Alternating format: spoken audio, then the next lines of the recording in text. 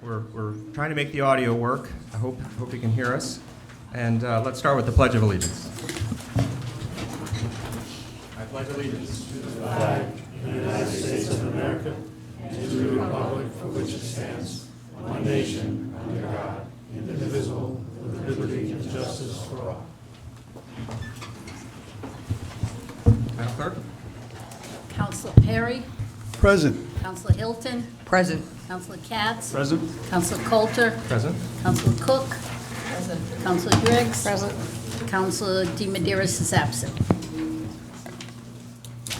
Okay, again, good evening. It is Monday, June 10th, and it is my pleasure to start off this evening with the swearing in of our soon-to-be new Tiverton Fire Chief, Joseph P. Mollo, I think the third, I should say.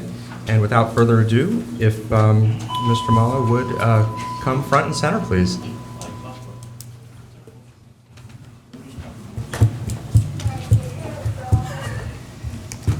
If you would raise your right hand and repeat after me.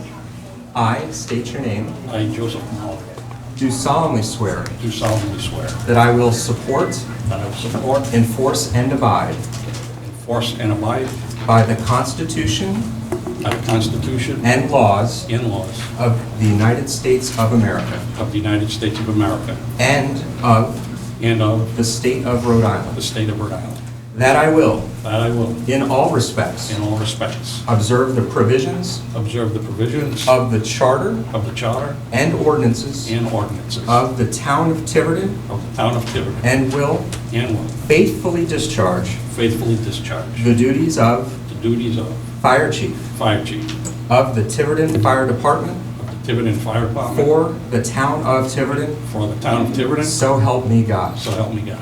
Congratulations.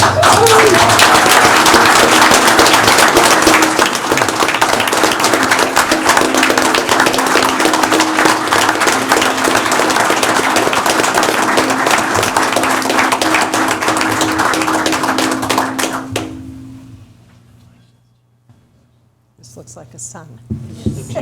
Chief's son. You might want to know. It's his son.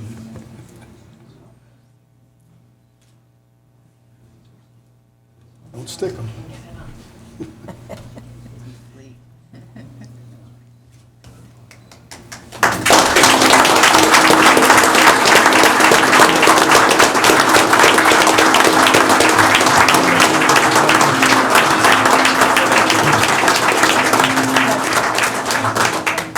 Thanks again. Always save the best for last. Welcome, Chief. Thank you. Always save the best for last.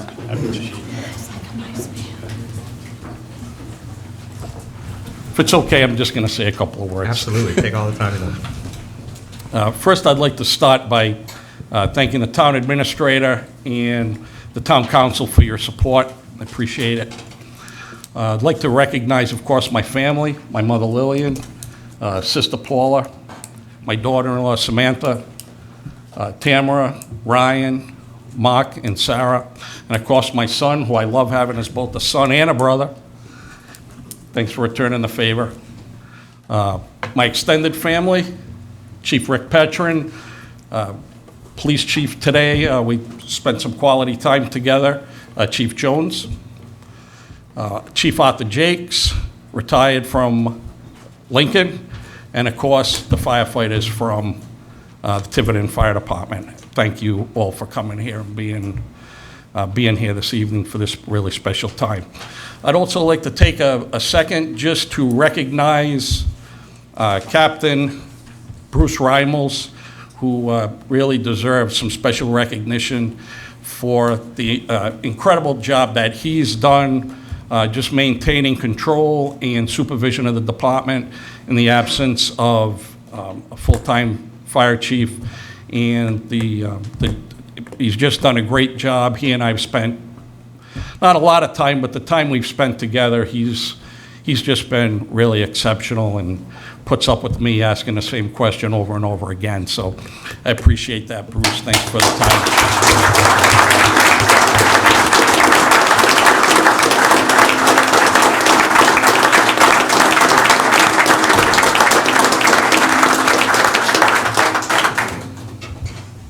There was a fire captain many years ago when I was a young firefighter that gave me some advice.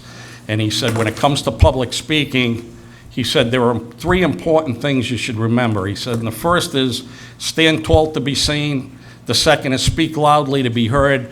And the third is sit down to be appreciated. So with that said, I just want to say to the members of the Tiverton Fire Department, it is not my plan or intent to change what you've accomplished, but to work with the members of the department and to build on the good work that you've done, to keep the department moving in the forward in a positive direction that it's already in. I learned early on in this whole process that the Tiverton Fire Department is just a quality and just an exceptional fire department. I learned that half the department is certified to the paramedic level, and they have excellence in EMS. I learned that they're committed and aggressive on the fire ground, which was evidenced this last weekend when they responded to a cellar fire and made short work of that fire, did a great job, and saved Toast the Cat as well. So that was a good job. So with that, I'd just like to thank everybody for taking the time to come out this evening. It really means more to me than I could possibly express. So thank you very much, and good night.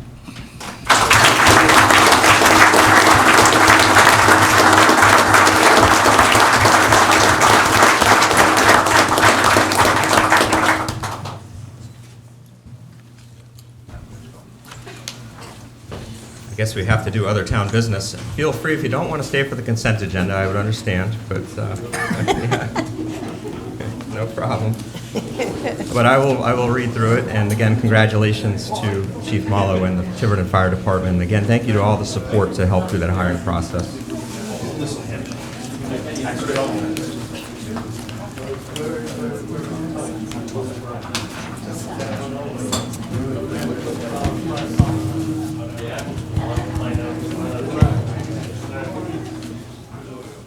So on our consent agenda this evening, we have the Town Council minutes from May 29th, the regular and executive session, June 3rd executive session. We acknowledge receipt of minutes, 2 sets from our Board of Canvassers, 3 sets from our Cemetery Commission, and 2 sets from the Prevention Coalition.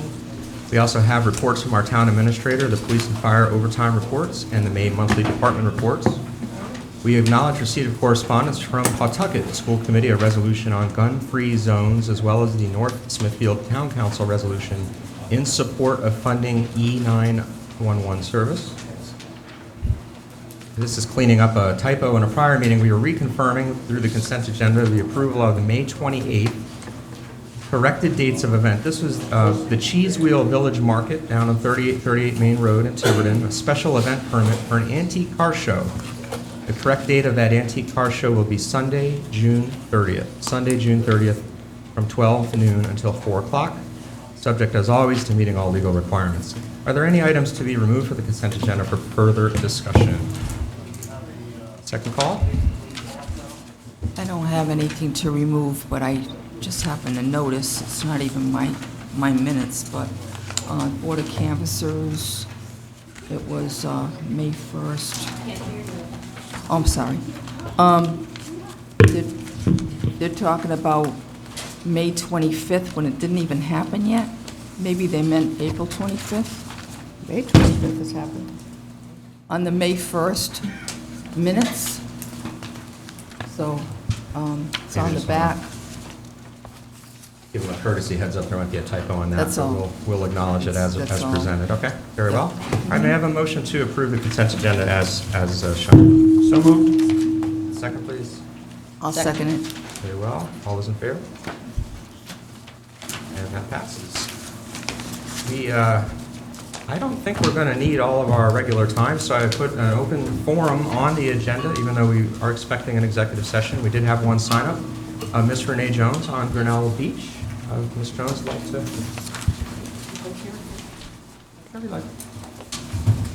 We're struggling with audio. I don't know. if it's Okay, too loud. I don't know, you tell me.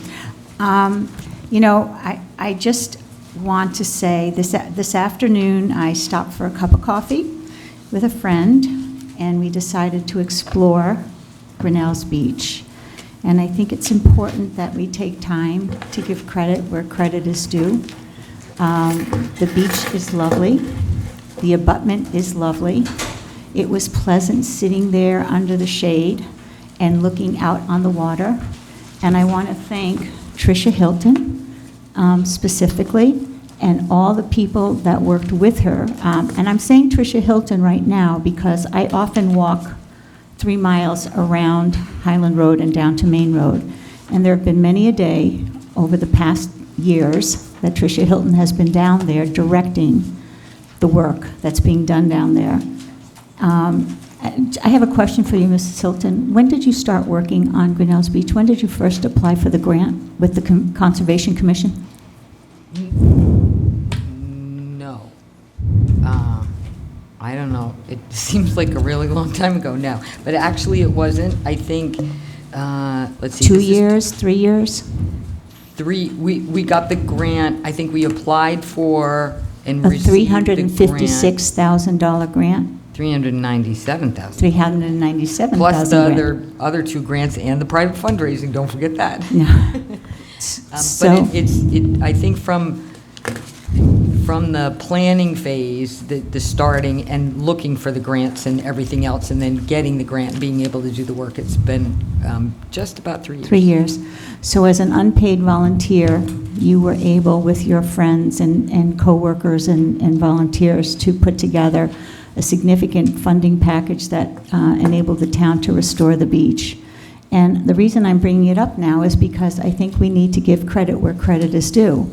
We often spend a lot of time complaining about the town of Tiverton, but there are a lot of good people that do a lot of good work here and don't go rewarded or mentioned about it. And I just wanted to do that right now. And I think you deserve, and all the people that work with you deserve a round of applause. So.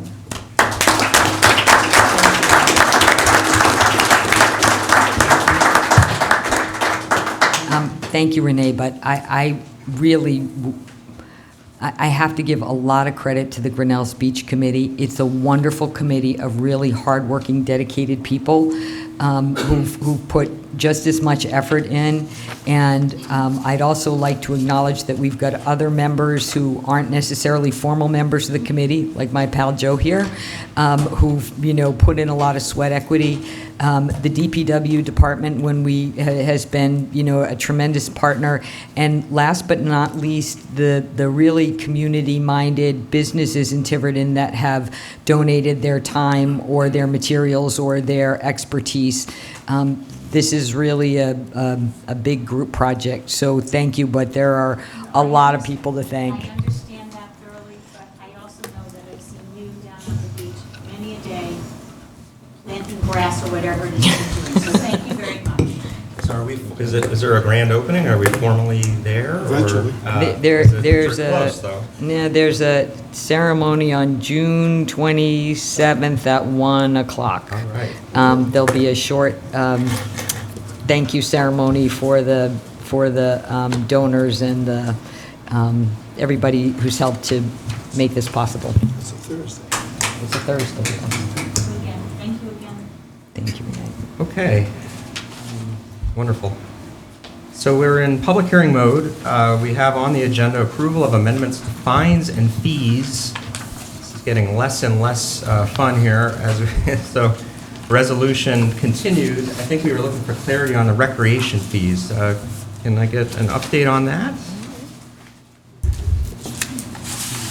Is it getting out of here? Hearing none, we will not pass any fines or fees. How about that? Is that No? Okay.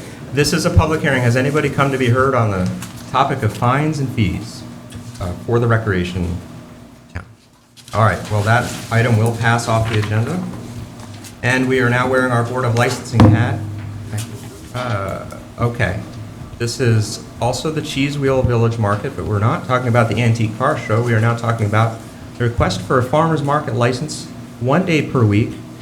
This is the dates of May 1st, between May 1st and November 1st, 2019, from 9 a.m. to 1 p.m. Mr. William Patello, has anybody come to be heard on this matter?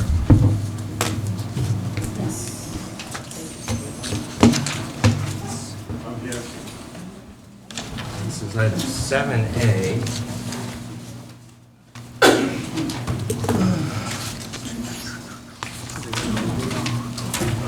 You want to get some publicity or tell us a little about what we're looking for? Well, I apologize for the typo on the hard Yeah. show, but thank you. What we're just trying to do is, we have a pretty public location, popular location, so we want to just help some of the local farmers out. And we're going to charge a minimal fee so they can come every Friday and sell their products for 4 hours on a Friday. mind my asking, you're a new owner? Yes. How long ago? We opened November 9th Okay, of last year. Yep, yep. Okay. Did you bring free samples? No. Just the solicitor. Thank you. That was just a joke. No problem. We're clear. Thank you, Mr. President. I just wanted to chime in here. I know there's been a fair amount of discussion amongst the staff and solicitors on a question relating to one of the requirements of this license, which is that it comply with zoning. I actually had some confusion today, but then spoke to Attorney Fabish, who has been interacting with the new zoning official. And initially, they had said that they thought this was compliant with zoning, and so there wouldn't be an issue if the council would pass it. It was pointed out that there's a use in the use table that would be by special use permit in the Village Commercial District for what would seem the obvious fit, agricultural, I'm sorry, where are we? Sorry, retail sales of agricultural products, the majority of which are not grown on site. So what the zoning official, I think you get the benefit of his experience in other districts as well as that of the assistant solicitor. What they indicated was that those are more for permanent farm stands. That category is typically applied to a more permanent installation in their experience, and that they thought the more appropriate category was specialty retail, given the types of products, and that is in fact permitted in the Village Commercial District. And so, just to clarify, your zoning official at least believes that this is permitted, and so therefore, if you were to approve this, there would not be a need to go to the zoning board of review. As a lawyer, I get to make fun of lawyers. I think what I just heard was we're good to go. Mr. President? That's what it sounded like. Perhaps not. Yes. Mr. President, at the end of the day, I am hoping that we have a solution so that you can open up the farm market soon. Okay. But as is my right as a counselor today, because I'd heard some of this and I'd heard some concerns about this, I, for purposes of inquiry, had a conversation with the zoning official, because this did alarm me. There is a specific provision in the zoning ordinance for basically a farmer's market. And it's also the precedent. There's been a farmer's market granted via special use permit by the zoning board in the Village Commercial District previously. It's not a by right. And my understanding in all of this is that Mr., help me out here. Botello. Mr. Botello attempted to do everything perfectly, that he went into the zoning officials, in the building official's office in April to inquire about this, was told by the zoning clerk, who's experienced with this, that he would need a special use permit, and that he would also need a farmer's market license.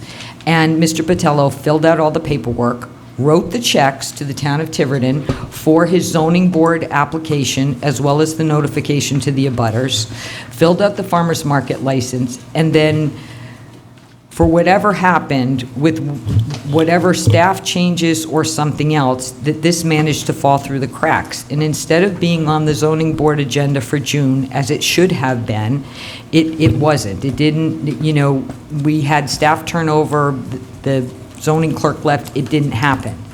And so now there's a situation where there's clearly a special use permit required for this. And I had a long conversation with Mr. Brogan, the zoning official, today, because I asked him this and he agreed with me. He said, you're right, it needs a special use permit, but we didn't quite know what to do because it didn't get advertised in time for the June zoning board of review meeting. And by the way, they're not having one in July, so the first time this could be heard would be in August, which is completely unfair to the applicant who went in April hoping to do this all right and get his things. So I understand that, there was an error on our part in terms of getting this advertised and on the agenda, but I have a really big problem with trying to fix it by pretending this is something that's not in the zoning code. The farm stand is not permitted in village commercial. Look, it's not a farm stand is not a permitted use at all in the village commercial, and a farm stand has a description. It's an accessory structure that goes with a real farm or a property that produces produce that you're allowed by right to have a stand at the end of your road or whatever it is, so farmers can sell their products on their property. There's a definition for a farmer's market in the zoning code. It's described.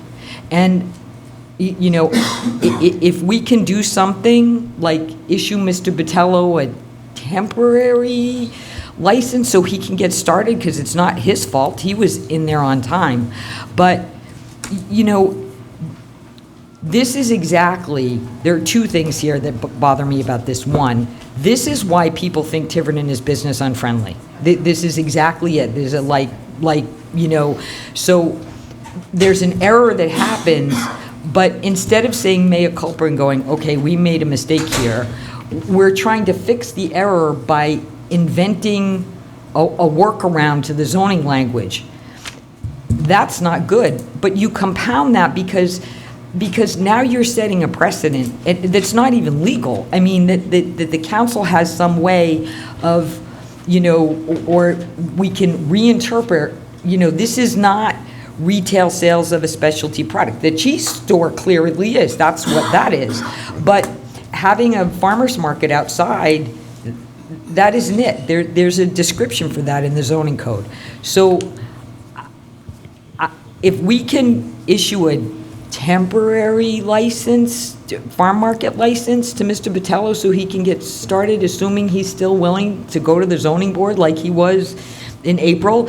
And again, there's precedence. The zoning board, I think it was in like 2011 or 12, I can't remember when it was. But there was another applicant in the village commercial district that wanted a farmer's market. They needed a special use permit. They went to the zoning board. It was granted. Can I ask a question? Why does the zoning board not meet till August? Is there a way they could meet before that? I guess. I don't know the answer to that question. I only know that I was told that they are not having a meeting in July. Okay. Because I was told that it was going to be July 3rd, unless they canceled it. I didn't know. But that's the docket. I was told that I was to be on July 3rd's docket for the zoning meeting.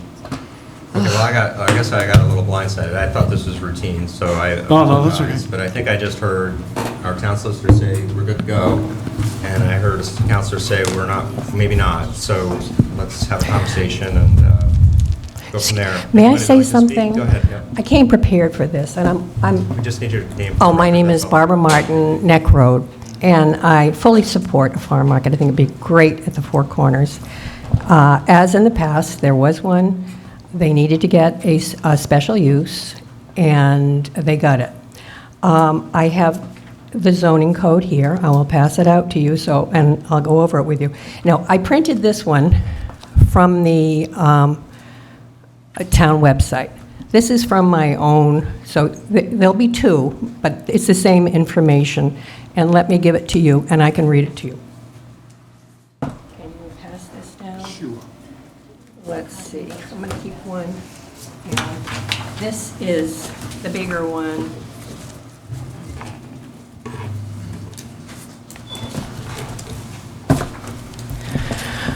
What I have copied is the district use table, which will tell you what is allowable in each of the districts of the town. what you can see, I have one more, is that, but this is, I wonder, no, yeah, I'm sorry. I kept that. Sorry. What you'll see on this one is that Section 1 is the interpretation of the zoning district use table. I highlighted special use because it's a use that's permitted only as a special use granted by the Zoning Board of Review in accordance with Articles 15 and 16. So only the zoning board can do this.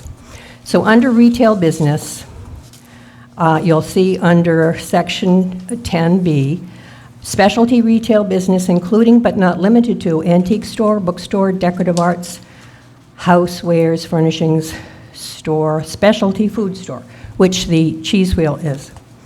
That's a permitted use. But then go down below to G, and you will see retail sales of agricultural products, the majority of which are not grown on the premises, and that requires a special use permit. And it will tell you, agricultural products are mentioned a couple of times in the table. So under Section 2, under residential uses, it says under L, sale of agricultural products grown on the premises is a permitted use in village commercial. I don't believe that you grow any agricultural products, do you? No. No. Then under Section 3, which is farming or raising of animals, so that's A. So commercial raising of crops, including associated greenhouse or nursery, that's permitted use in village commercial. So it's pretty clear. You can't sell agricultural products that aren't, the majority of which are not grown on the premises. So you have to get a special use. It's right in our zoning ordinance. It's black and white. There's no confusion about that at all.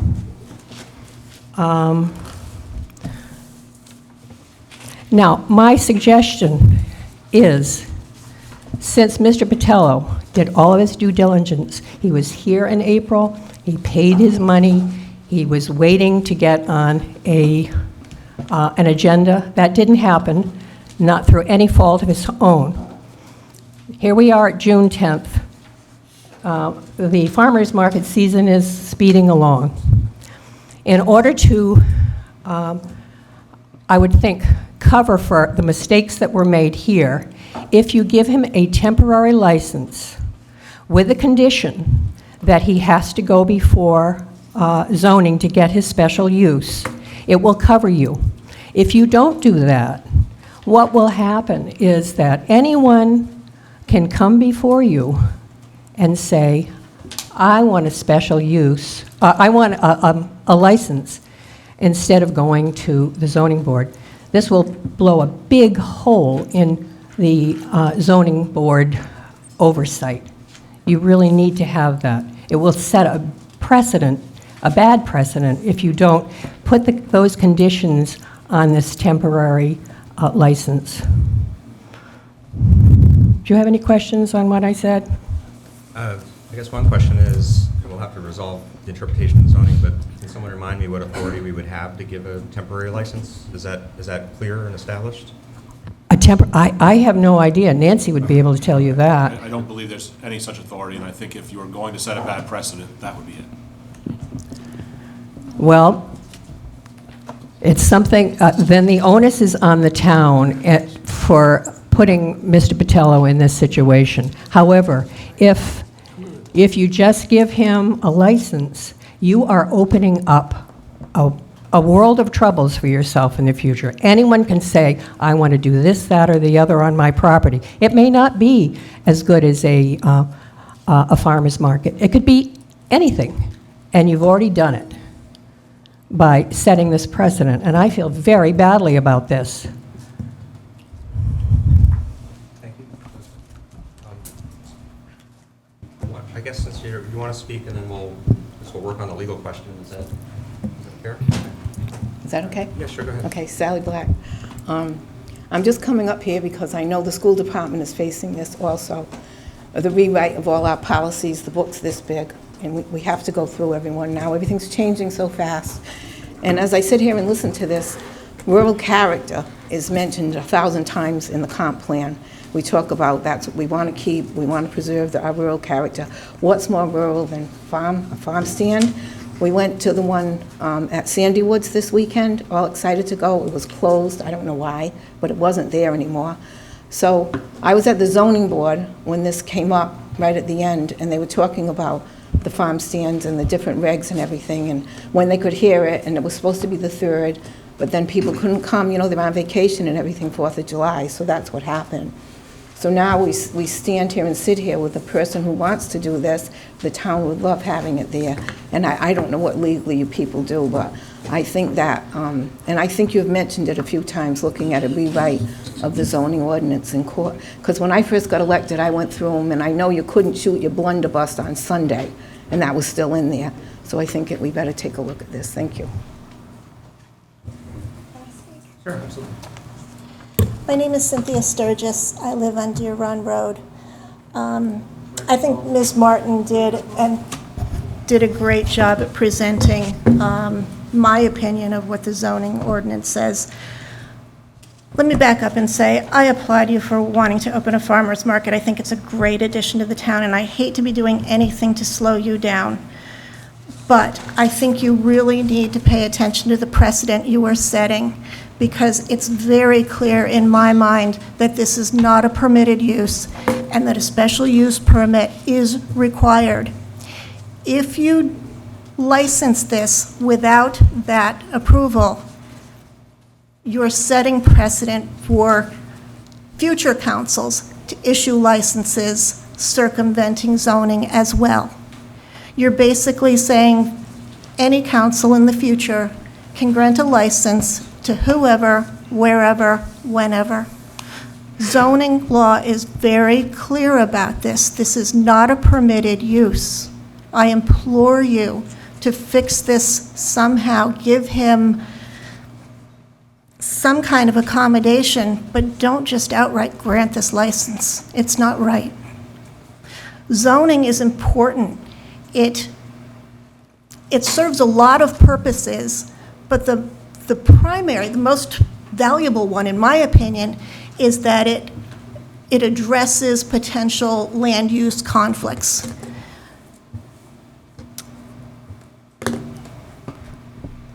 If you don't abide by the zoning code, and zoning is everywhere. Zoning is everywhere in the United States, even huge tracts of land where you can drive for an hour and not see any evidence of human life. They're all zoned. The only place that doesn't have zoning is Houston. So zoning is what keeps my property value up, your property value up. It keeps a potential buyer of an abutting property from starting a pig farm or a tire dump or a pornography store adjacent to your property. It spells out what can go where. Its importance should not be undervalued. And our zoning code says that farmers markets don't belong there. Thank you. Without a special use permit, yes.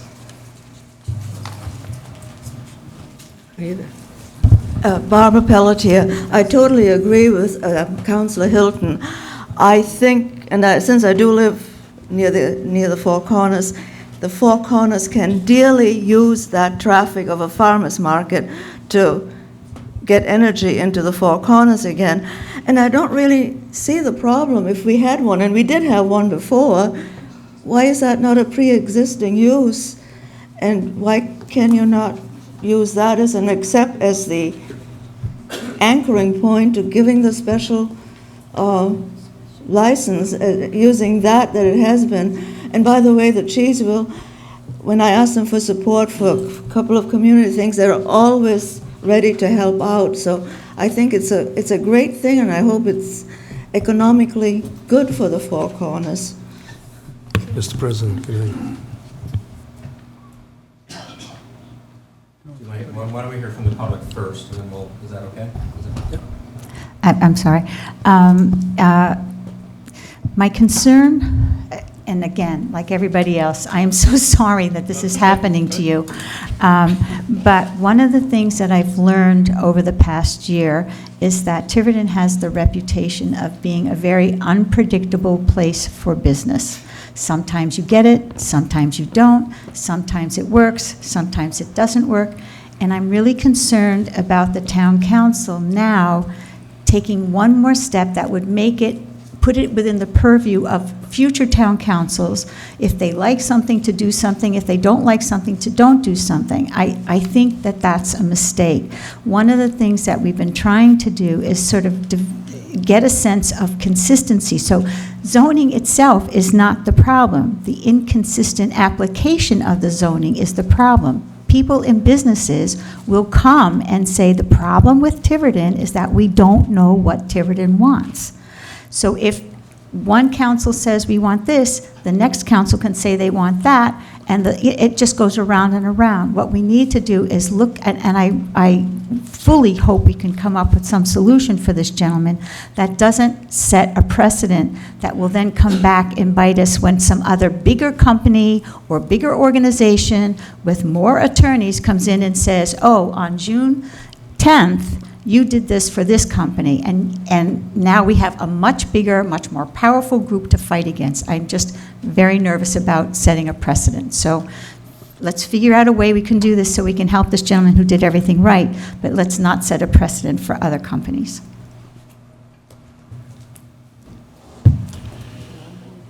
Thank you. I just want to weigh in. I spent some time today trying to make sure that we would not have this situation tonight.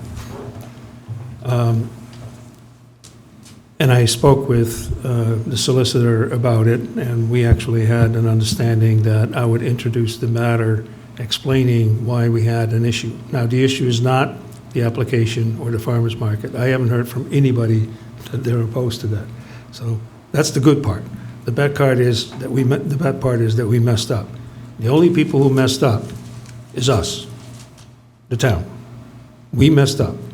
The applicant did everything right and followed the right procedure, followed the instruction he had gotten.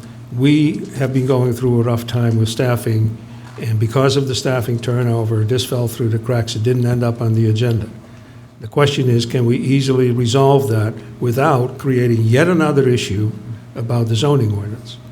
And I have to be respectfully disagreeing with the solicitor. I think you go with what the ordinance says on its face. On its face, it says that this kind of use requires a special use permit. And so I think it can be done that way. I think what has been proposed, that there is a temporary reprieve provided to the applicant so that he can proceed and not lose half the season. And that the condition is that at the earliest possible time, he appears before the zoning board to get the zoning board decision, which I'm pretty sure is going to be positive, but that's not for me to decide. But I think that's by far the best solution. It's also what we had agreed to earlier today, and part of that is based on my understanding that, in fact, the zoning official did agree that this is subject to a special use permit requirement. And I would like to stick with that and keep it simple. Mr. President, I believe about a year ago, we had a similar situation with restaurants serving food and alcohol outdoors, and we voted, or we made a motion that we would allow them to do that until November, till the license came up for renewal. We might be able to do something like that in this case. It's true. We did that with... On what authority? What's that? I'd love to do just that. We did that on what with the authority? advice from the solicitor at the time, that we could do that, make a motion to allow those establishments so they wouldn't lose the outdoor business from July until September, Labor Day. We would allow them to do that and then revisit it when the license came up for renewal in November. So we did do something similar to that. Mr. President, would there be any consolation in something Barbara Pelletier mentioned, that there is a precedent? I don't know if the facts are exactly the same, but allowing a farm stand in this kind of zoning. and they did issue the special permit, and given that it's the zoning board is the one who goofed and didn't put it on the agenda for some reason, it seems, I can't understand why they can't call a special meeting to deal with this, but I don't control the zoning board. But given that it was their error, but there is precedent, does that give us any safe haven to do this? I think it's time to let the solicitor give us some more analysis, and let us try to figure out what our options are. I mean, I don't know, do we agree this is a copy of the table? Yeah, no, I think that's accurate. I think there's probably a couple points from the comments, and you know, well, first let me say I don't disagree with Jan at all. I think he makes a very good point, and I think that is a possible route. These are you know, all fraught paths in different ways, I guess. And after talking to the assistant solicitor today, I was most comfortable with what I discussed when I first commented on this. The reason I'm most comfortable with that, and I think the interesting analogy is that we had an approval for a car event here for the same applicant a month ago. Now, we did not make him comply with Section 11 transportation uses for you know, off-street parking facilities, right? Because it was a one-day event. And essentially what he's asking for now is a series of one-day events. It is a different type of use, and when we talked to the zoning official initially, and maybe he's got a different answer now, but when we talked to him initially, his sense was that because this is not a permanent farm stand, that it defaults to a general type of retail business. If you are permitting a general type of retail business, in this case the specialty, because that is permitted in the district, then that is the standard he could apply. And I thought that was a fair analysis, and we can debate whether or not that is the history in Tiverton, whether that's the interpretation that was used in the past.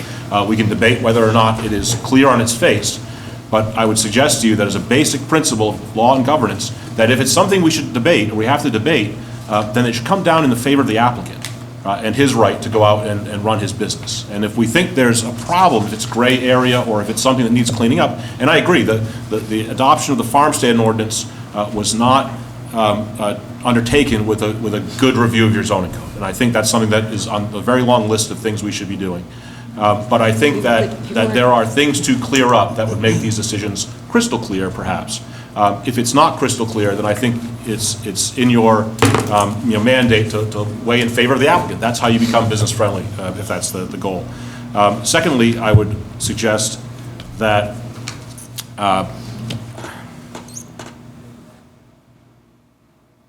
well, I think that's my key concern there. I think the other issue that was raised by you, Mr. President, was on what basis can we offer some temporary reprieve.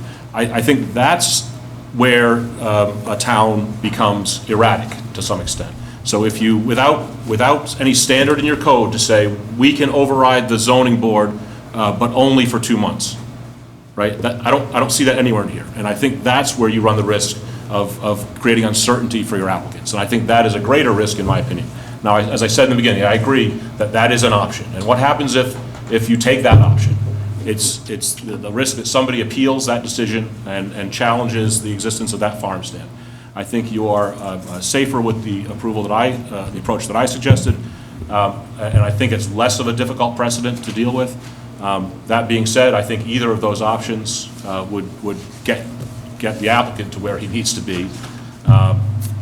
But you know, I've expressed my concerns about the you know, sort of whistling past the graveyard on a temporary approval. And I understand, Councilor Perry, that maybe that's been done in the past, and maybe that's been done on solicitor's advice, but I can't give you that advice as solicitor. Mr. President, may I say something?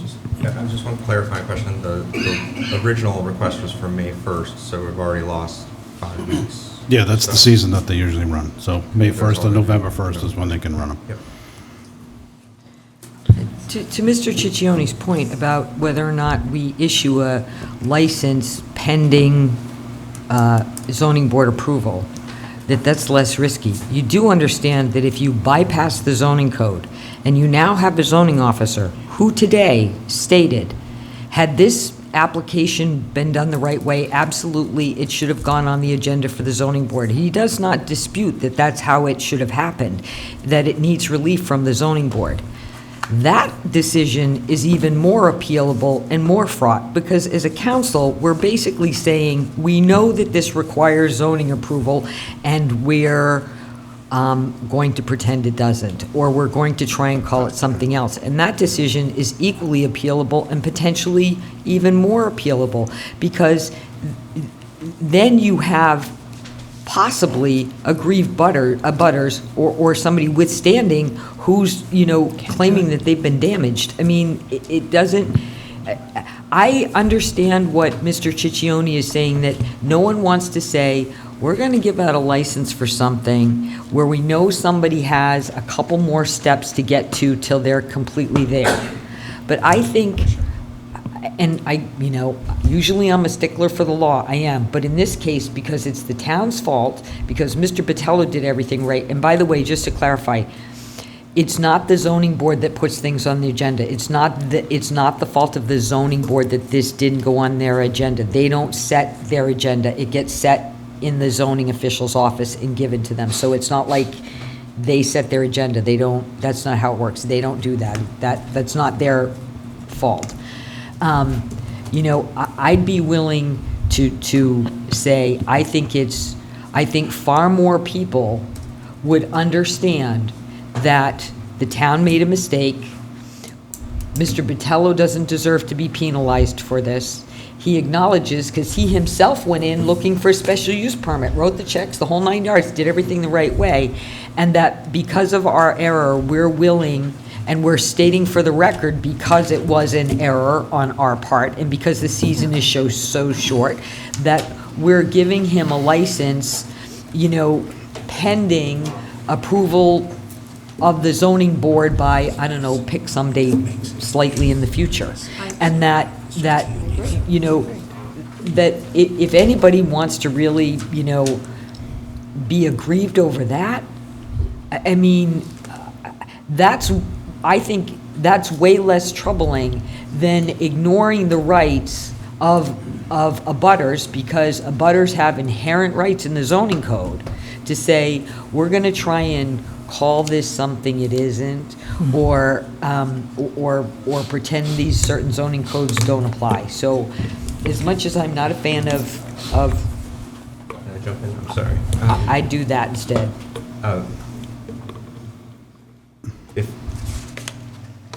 If there's not a quick answer to this question, just tell me, but if I want to have a yard sale, is that in some other section of the zoning code?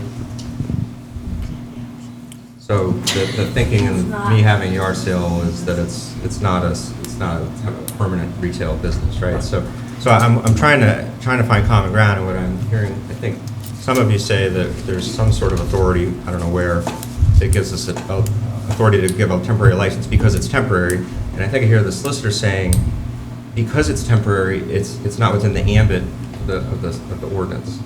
So it's sort of the same justification for two different viewpoints to arrive at the same conclusion. And it just occurs to me that maybe there is a third way here. I don't believe that we have the right to approve something and then ask the applicant to go to the zoning board 2 months from now. But that's not to say that the applicant can't agree that he'd be willing to appear before the zoning board 2 months from now.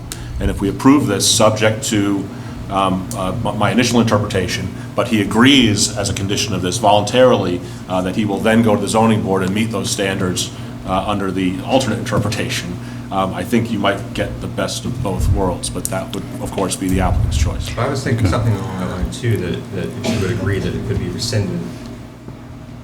A related follow-up question is, what if hypothetically the zoning board never met for a year? Is there some avenue of relief? Say their agenda is just too long, or they don't have a quorum? I still think he's permitted to go ahead with this with your approval under the standards that are there. So if they don't meet, I don't believe you'd have to revoke his permit, but I understand that that's an interpretation. No, I just mean from where we sit now. If I wanted, it sounds like there may or may not be a gap, but just hypothetically, if the zoning board, let's say the applicant came and said, geez, I've had this thing pending for 6 months, they've never met, they've never put it on the agenda.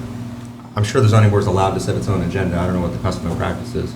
Is there some time limit eventually where there's some mandamus to the, I don't think it would Yes, there appeal is. here, Yeah, right? I think it is, actually. there is. I'd have to go back and remind myself of where that is, but The zoning board, once you have an application on file, a completed application on file, I can't remember how long it is, but the zoning board has to hear and make a decision within a certain amount of time. Otherwise, you get what you wanted by right.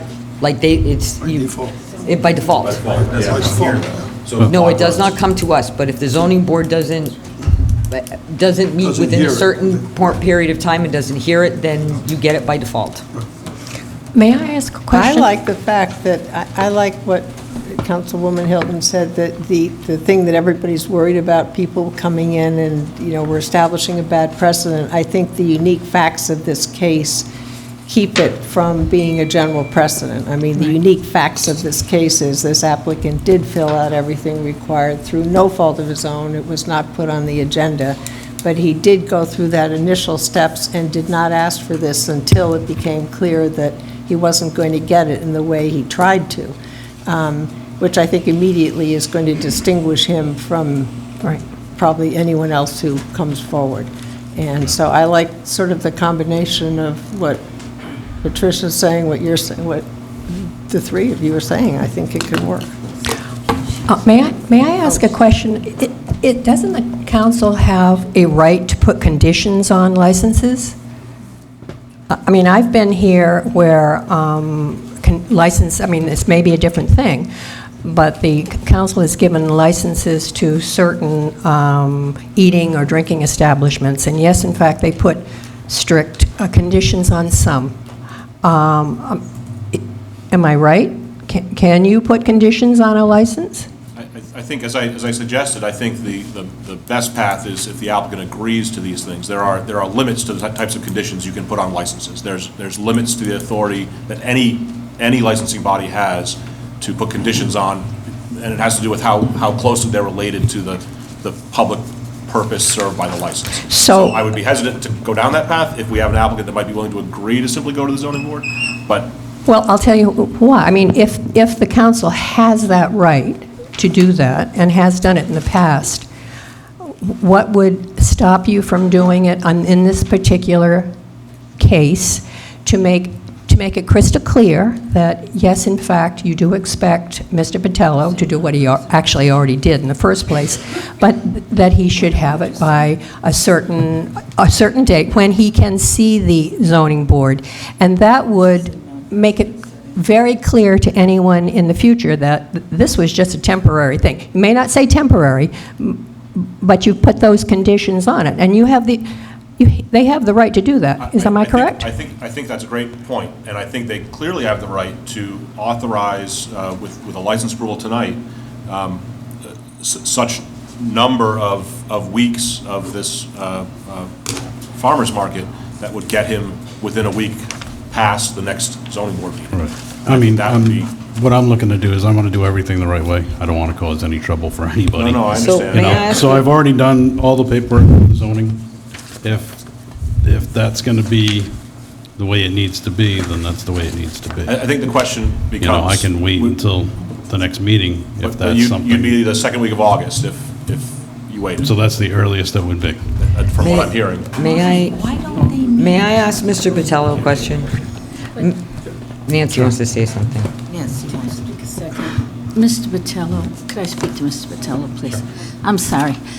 Mr. Botello comes to the clerk's office to start with this application. He made it clear he wanted the car show, and he was going to want a farmer's market, but he went first forward with the antique car show. Correct. The application that you made for the zoning board is dated May 31st. It could have never got on a June meeting because these applications are advertised. But Mr. Botello did and filled out everything, gave the checks, everything. I had them in hand. They stumbled onto my desk several times from the zoning office, from the building official's office, because you know, the clerk is new there and wasn't sure what to do. I did ask the zoning official to please raise it at that, would it be on the next July meeting? But, I mean, this is all dated May 31st, so you just applied for the zoning on May 31st. You couldn't have got that on a June 3rd or whatever date the meeting was. You have to advertise the special use permit. So what the council is short of is the portion with the farmer's market ordinance and the special use tables, which I have, but pulled from this item and suggested to Mr. Vitello, who was coming in to get his car show permit, I said, maybe you want to come and explain to him what you're doing. Because at that time, the zoning official said to me, Nancy, I believe he can do this. He can do it by right. And he had spoken to the assistant solicitor, and he thought that it's not my position to determine what zoning. I only know I was going to get something from zoning saying it. So Right. you couldn't have gotten on June's anyway, but you could have gotten on July. July's. Right, I was Everything is expecting in July proper 3rd. place here to go on a July zoning board of review, not a June. There's no mix-up there. Jody did everything, took everything she was supposed to. She could have never advertised it for the June meeting. Mr. President, I'd like to ask the clerk, just so I understand the timeline here. I've got an application here dated April 5th. This is for the license. That's when I originally filled it out. I turned it in May 31st with the rest of the dates. Please fill- Okay, so you filled it out. So, yeah. And when was it that okay, and when was your conversation with the zoning official who said he could do it by right? You know? Just last week, this packet came, Mr. Vitello brought in all his maps and everything that he was going to need. So he had just brought this in. I think we're confusing the fact that this could have been heard in June. I don't believe it could have been heard in June because you have to advertise. So sorry, the original guidance was that this did not require a special use variance, a special use permit? No, he No. immediately was told in April that he was going to need a special use permit. Yep. And I believe, Mr. Vitello, you said to us, well, let's go ahead with the car. Right, I needed to go with the car show because first, one time, and then- And I won't need special, and then I will handle the farmer's Farmer's market. market, So- correct. I So mean, if it's one unless time, I'm- does it require a special use permit? What? If an event is one time, so if somebody has a No. fundraising fair and they say, we're going to allow some local farmers to sell at our little one-day fair here, do they need a farmer's market license? And that's my yard sale question. So why can't we grant 9 one-time licenses for the farmer's market until the permanent Could you special skirt use? that whole process? I think I'd rather Farmer's wait. market license? My personal opinion is that I'd rather wait and get on the zoning board, and let's do this right, without anybody, He's done everything exactly what was yeah. asked of him. I want to do it the right way, so Well, let's just. that's fine. I understand what you're trying to do for me, and I understand. really appreciate it, but it's not worth me or it coming back on my business, or the people starting to talk about me and my business, saying I scooted around to do this or that. I don't want that. I want to do it the right way, and that'll be it. That's understood. I'd like to know, just so we, in theory, I'm not saying we're going to do it right now, just in theory, we could grant 8 or 9 one-time But you purposes to do this until it, as a temporary thing. I'd rather- As I, suggested when I started my last commentary on this, it's no different than giving the car show the right to go and be a car show without making them become permanent as a parking lot. Right. It is the same thing. It is a one-time event. It is not the same as a permanent farm stand. Excuse I me, Mr. Solicitor. really understand what you're trying to do, and I'd rather just go to the zoning board, get it zoned correctly, and then I can get my license and go from there. No, that's fine. At this point, I'm really just trying to understand as all these theories, because these theories will come back up again and Oh, again. okay. Okay. So on the one hand, people are suggesting, let's just create this thing of a temporary license. But that's kind of skirting things too, whereas if we do have authority to say somebody can do things one time at a time for 8 weeks and then becomes permanent, that's Right. That to me is Well, isn't it even really- clearer. But Not may so I, much- may I, may I'm I sorry. interrupt just On for a that- on second that before you question- keep no, I'm going on sorry. this? On that specific question, is that, I see a difference between 8 times 1 versus, say, we will issue a one-time approval for, say, 3 yard sales, or what I'm calling a yard sale. And are you seeing it, is that, I see that as a slightly different question. But I'll No, let- that's exactly it. Is if we hereby grant, 8 one-time licenses to have a special event, and then we don't create any precedent because anybody who wanted to do the same thing would have to come and get the same deal, which we would deny if there weren't internal, you know what I mean? May I, Yeah, you wanna jump in? before we keep going on this, let me just point out one thing about this that I'm not sure Mr. Ciccione is aware of. In the language for our special event licenses and entertainment, commercial businesses are limited to 2 a year of those on their property. And for exactly this reason, there's a limit to how many special event permits you can get on a property for a year for exactly that reason. And it might be 2, or it might be, but is it 3 or whatever it is? But that's already precluded. I would like to say to Mr. Botello, I am so completely impressed with your integrity here and your wanting to do this the right way, and also your recognition that you want to be part of the business community and be respected in the business community. My hat's off to you, because I'm sure this is really frustrating, and I'm just really, really impressed with how gracious you are being followed. Thank you very much. I really appreciate it.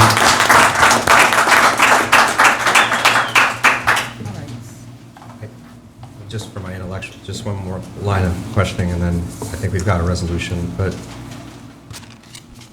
what standards would we have if specialty retail business is apparently allowed as a right? How do I know the difference between a general and a specialty? Because things other than, say, cheese in this case are sold. There's other products, eggs, bread, and all kinds of things. Is that another rubbing point that we might see in the future in a case like this, or is that so well established that I only raised this question? What do you mean?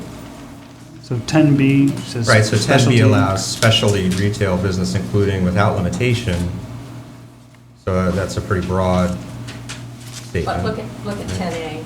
It kind of spells out what's there. 10A says general retail business, also including without limitation. So somewhere general becomes special and special becomes general, and I'm just wondering how I think about that. I don't think you have a clear definition, and like most zoning ordinance, there's a certain amount of interpretation that has to be offered up here. And I think that, as I pointed out initially, the zoning official himself had multiple interpretations over the last week. And I think that's fair. These are not, these books would be 7 feet tall if you tried to define every business, including every new business that might come down the road. So the point is that I think you have a certain amount of discretion under all of the avenues that were suggested tonight. I've suggested which I think is the least exercise of discretion.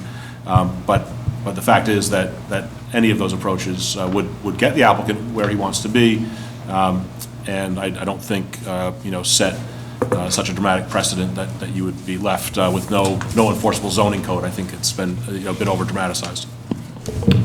All right, so you're going to help us. It looks like we might have a few paths, but we'll err on the side of caution. Yep. Are you sure that's okay? Absolutely. If for some reason it's August, you can't get on the agenda or something, and I will personally make sure you come back here. I think there's 3 or 4 options that we can at least make it work for this season. And then, of course, if this becomes an annual event, this will get easier every year. Awesome. All right, thank you so Great. much. Thank you very Thank much, you, guys. sir. I really appreciate Thank it. you.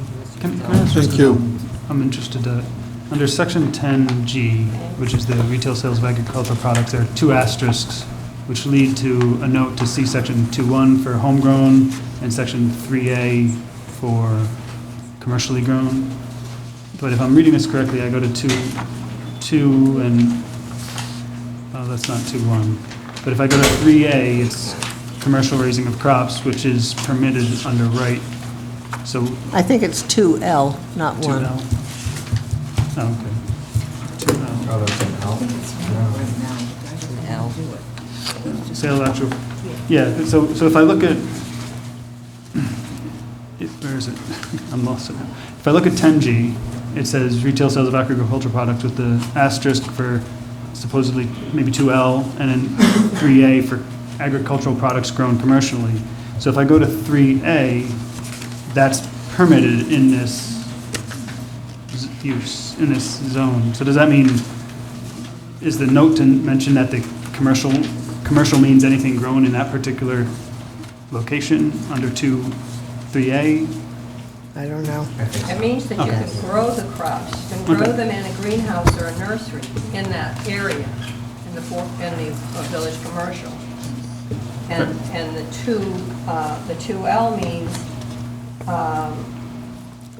under residential uses, it's permitted, sale of agricultural products grown on the premises, but you don't grow them on the premise. This is so if you live in the village commercial and you grow tomatoes and you can put them outside by your, Sell them on your property where you grow them.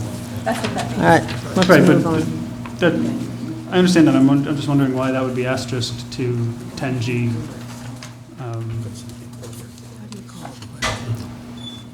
I thought there might be an easier answer. I think it's just to help people find another category if that isn't the category exactly that they're looking for. Okay, well, especially if might be an annual event, I think we're probably heading down the best path for the long run, if it's a repeating thing, so. We are gonna move on, some more items where we've tried to. Just one I'm question. sorry. I just had one Go ahead. question. Is there any way we could ask the zoning board to meet in July rather than wait till That's August? my Is that a question. possibility? Make a request. That's my question. But I don't think we can't Okay. compel, but, Well, I'm just saying, is there some way that we could just request them to do that because we have a situation we want to try to resolve as soon as possible, I agree, so they don't lose out for the season? I agree. Would that come from the council, or could it come from the administrator to the zoning? It's without weight, so as long as you've indicated, through whomever that you want to do that, whether the clerk or the I mean, administrator. could reach out to them and ask them if that'd be possible. Yep. Well, could we? Can I make that a motion? Yeah, sure. Make that a motion to reach out to these, doesn't need? Okay. Well, they could meet in 2 days if they really wanted to. No, they have They have to advertise. They have different Correct. advertising Yeah. requirements for this type of approval, if that's the path. Right. So you could simply do Ask this them to- by, acclamation. You don't need to necessarily have a vote here, but if it's the Right, will. but ask them is to there meet any us, objection for the sense of the council to reflect a meet as soon respectfully as possible. transmitted suggestion and recommendation that the zoning board take up the applicant's matter? Nope. Okay, No. hearing none, may the minutes so reflect. Yeah. The administrator or a liaison or I or anyone that wants to, feel free to say that. And, I think, the takeaway here is there's room to continue thinking about temporary versus permanent and general versus specialty. And, I guess that's these things have, come up from time to time. All right, so I see no appointments or resignations today, so general business. I think I was going to take these out of order. Has anybody come to speak on the sign ordinance or the deadline ordinances? Okay, we have, all right, let's take them in order then. So the genesis of this was somewhat of a similar episode where we were trying to accomplish something that we felt like we wanted to do, but we were hemmed in by the deadlines. And so the first one is loosening up the sign ordinance ever so slightly. And if I understand the process correctly, it's a 3-step process, or maybe it's a 2-step, but maybe a 3-step. We took the first step last week. It's been reviewed by the solicitors. The second step, the question for this body is whether it wants to set for public hearing. There is a draft ordinance in front of you that would change, tell me if I have this, basically change the 14-day period, right, to 21 days, and the 2-sign limit to 4 signs. Do I have that right? And then I guess my first question is, if this was sent to public hearing, are we locked in on those variables, or do we have some discretion to change a hearing? I assume that's the point of the hearing, is to take feedback. I think, just to answer that clearly, I think that, I may have mentioned this the last meeting, but you can certainly make changes at public hearing as long as you don't move off the substance of the original submission.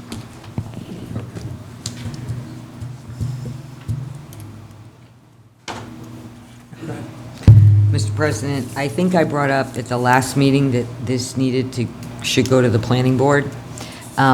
So I have two comments. One, and I'm guessing the solicitor has now become aware of Reed versus Gilbert? Absolutely. Okay. So, which is a Supreme Court decision which has put everybody's sign ordinances into flux, and it's like open Pandora's box, and no one, I did look to see if anybody in the state of Rhode Island has figured out where to go with it, and no one has. A few towns in Massachusetts seem to have figured it out, and there are some towns that are just banning these signs because it's so open Pandora's box, but it's a whole nother level of complication. But before we go too far down this road about deciding to send this to a public hearing, this has to go to the planning board. This is from the zoning code itself. Any proposal for an amendment shall be referred to the planning board, who shall report to the town council within 45 days after receipt of the proposal. So we really can't just decide to put this out for this. We have to send this by ordinance to the planning board, and they do have 45 days to comment on whatever we're sending them. I don't know if what we're sending them is ready to go to them or not yet, but I mean, this is the requirement. What's the citation for that? It would be in Article 19, Amendment, Section 2, Review by Planning Board. Council, I believe, again, it's already been sent to the planning. Yes, I did give the copy of it to the planning board, and Susan Gill raised it with them at the last planning board meeting and suggested that they send her any of their comments and Okay. whatever. But they would have a final thing by Right, the they time have of to, public hearing. they have to, I mean, they have to send us back a recommendation with findings by ordinance, and they have 45 days to do that. She did address it at the last meeting.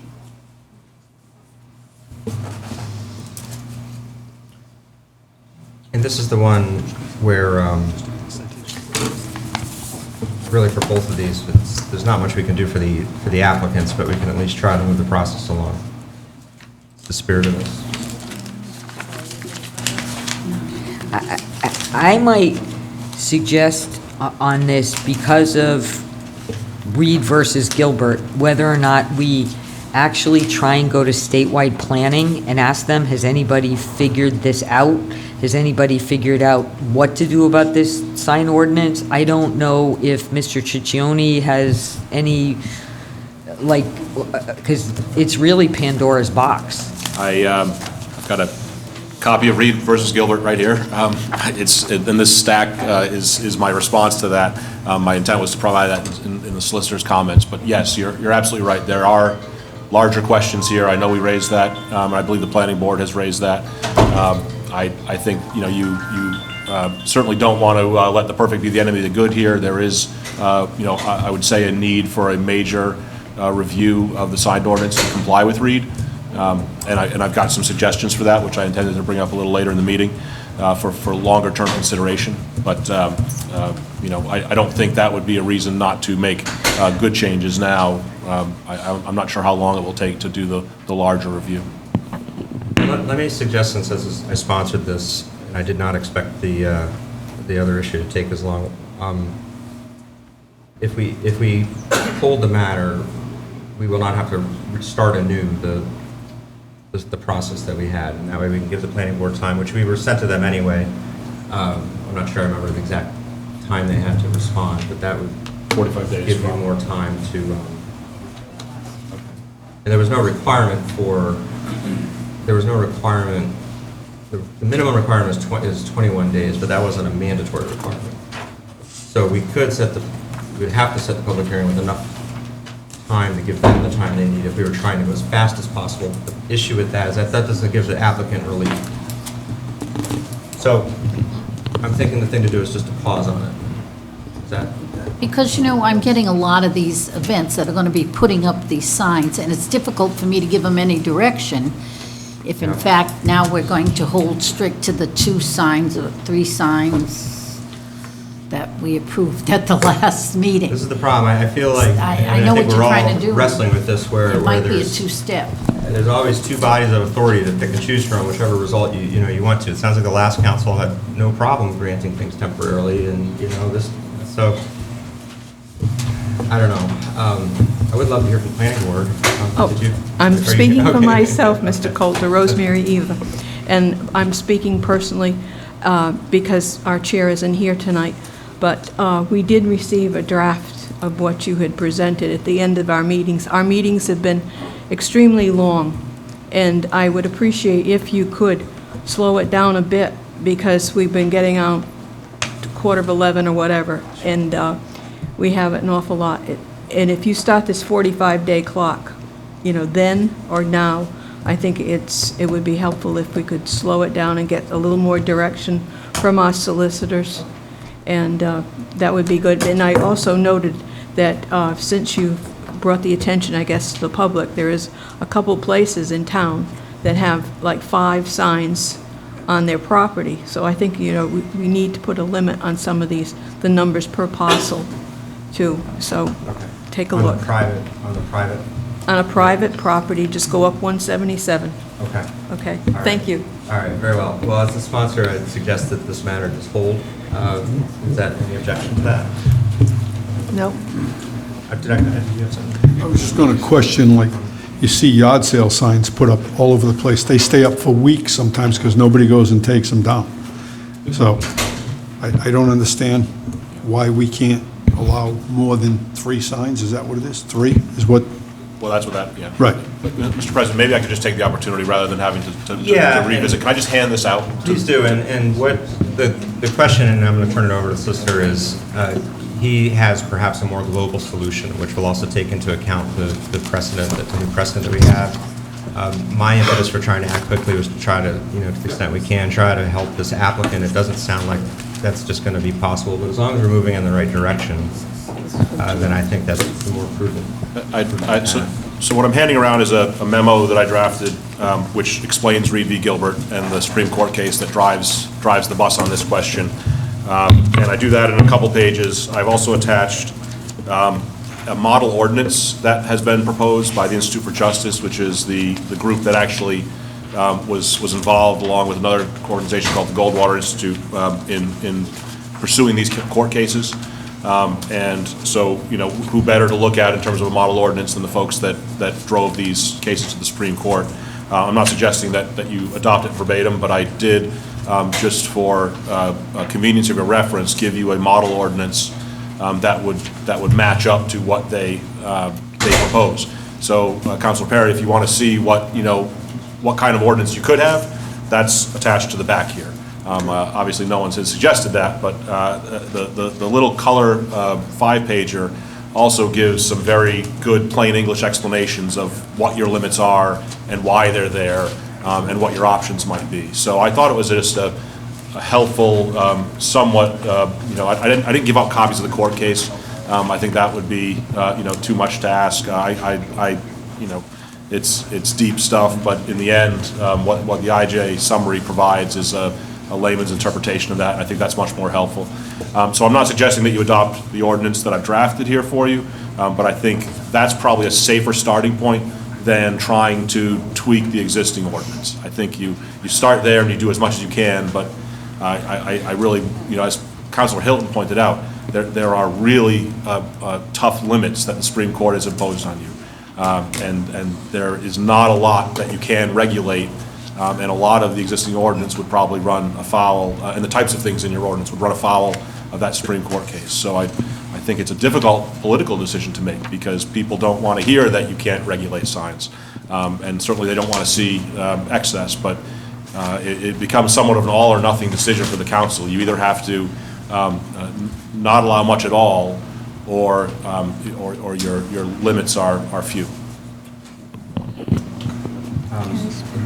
We'll share this with the planning board, of course, the memo and. Absolutely. I have extra copies, which I can give to the folks that are here. Paulette Ferlin, I'm here from the Litter Committee, and we are concerned about these signs because in the end, they turn into litter.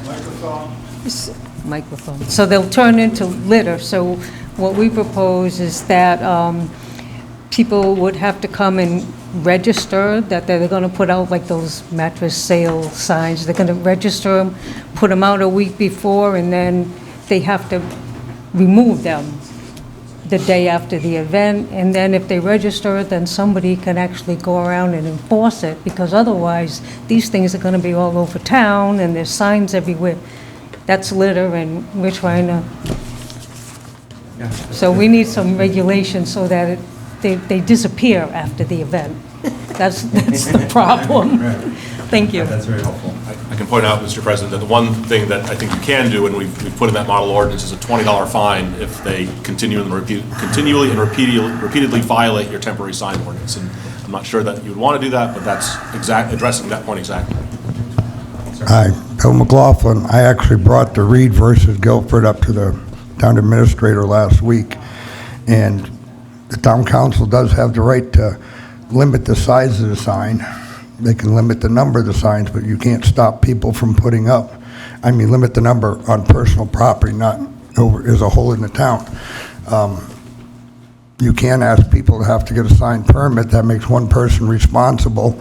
And you do have the right on charity events after it's happened. The Supreme Court's ruled that it's no longer relevant to your First Amendment because it's a past event as far as an advertisement like that.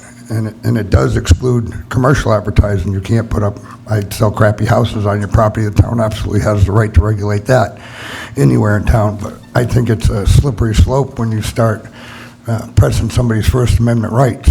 Because if I put up one of their signs on my property and it comes down, I'll be the first one here filing the lawsuit for it. So I think you got to consider asking people to limit the number of signs and maybe have them come in and be whoever's sponsoring the event be responsible to remove them. But you really can't stop them. So you figure it out.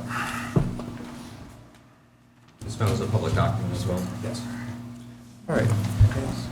I'm just curious, and I'm not saying I don't want to follow this, but I see in the requirements for amendment that it has to be reviewed by the planning board. I don't see any affirmative statement that the council has to wait for an answer. Am I missing something? Is that a standard of practice, or just something in some legal way that? I'd have maybe Councilor Hilton could point me to the section. I don't have her memo there, but It says, any proposal for an amendment to the planning board shall be referred to the planning board, who shall report to the town council within 45 days after receipt of proposal, and then there's required findings. I think inherent in the requirement that they report to the town council within 45 days is that, we're giving them that time period, and we expect this report. I would agree with that. I think you're right that it doesn't say that you have to wait, but I think that, I'm not sure how else you would interpret that fairly.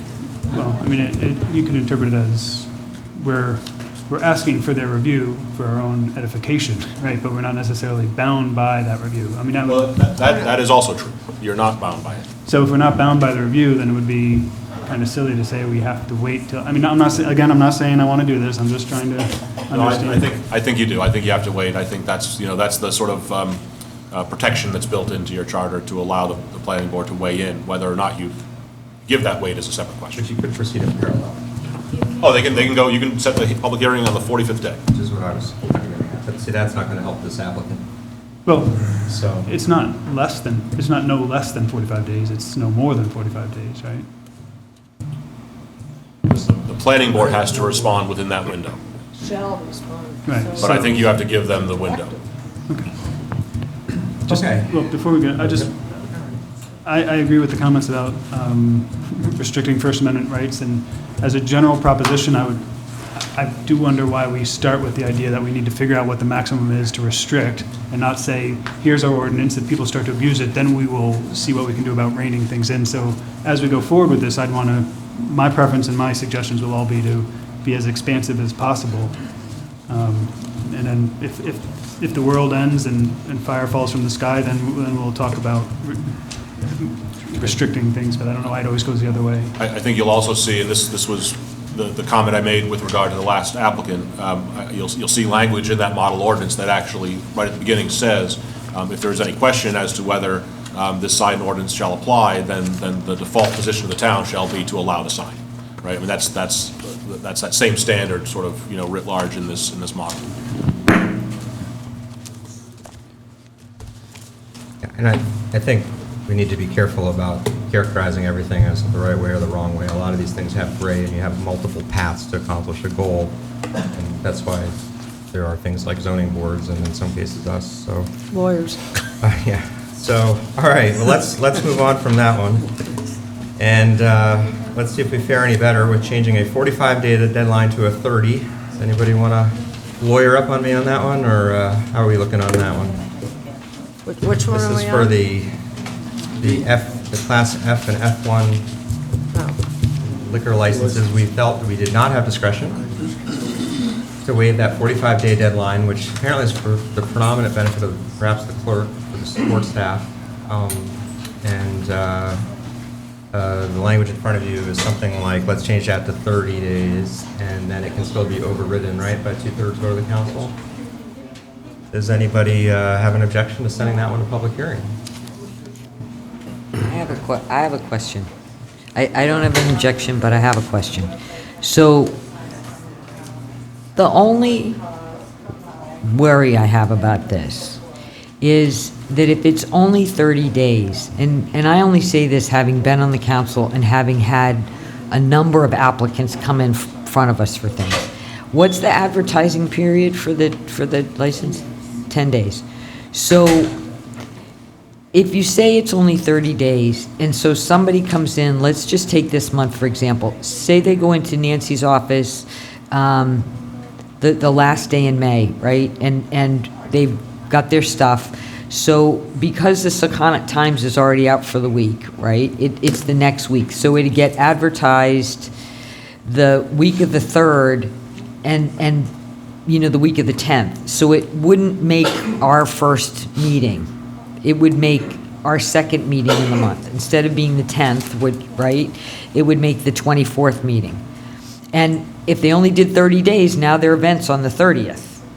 And means they have to get it to the clerk by 30 days. Right, but that's what I'm saying. If they have to get it to the clerk by 30 days. But that makes the window of approving this one meeting that's skinny like this. And I don't worry about it so much as that it's extra work for the clerk's office or whatever to do this in with 30 days. What worries me is more the people who come to us who often are just a little short on having everything they need, or they didn't understand something, or whatever that is. And now here we are at the 11th hour, and if they're not totally ready to go, we're in a position where we can't approve it, and their event's the next week. So to me, the upside of keeping it at the 45 days is that in case something goes wrong with the applicant and they don't have anything, it's likely that they can get another bite at the apple to come back to us if they need to fix something in order to get this. That's my only reason for liking it at 45 days, because sometimes we have people who come in front of us and they have 8 of the 10 things they needed, but they're short 2, and I just worry we'll not be able to help them. It's just a deadline. They're well advised to turn it in 90 days in advance, right? Right, but I mean, or maybe that should be, if we go with this 30 days, maybe there should be some language or something that says it's advisable to put it in before the 30 days, or, I feel bad for people who sometimes come the first time and they're not ready. You could actually put that on the application. The clerk could put that on the application to say that, this, if you submit it within 30 days, then you will only get one bite at the apple, some version of that. that might be, the first, I think generally people don't ever look at the ordinance. I think what they look at is what Nancy hands them when they walk in and say, I want a one-day liquor license. And if that was nice and clear on top, that might address your concern. Yeah, it's something. I'll try to get the application kind of changed a little bit and put it on when you do the public hearing so that you see what I'm under the impression that you don't need to issue the license in 30 days. No. They just have to get it to me No less to prepare. No less than. I'll move to send this forward to hearing. 60 days, fine. I mean, come on. How much do we have to argue about how we need 15 more days in case somebody comes to us with a special circumstance? Let's put this to the hearing and move on, get something done.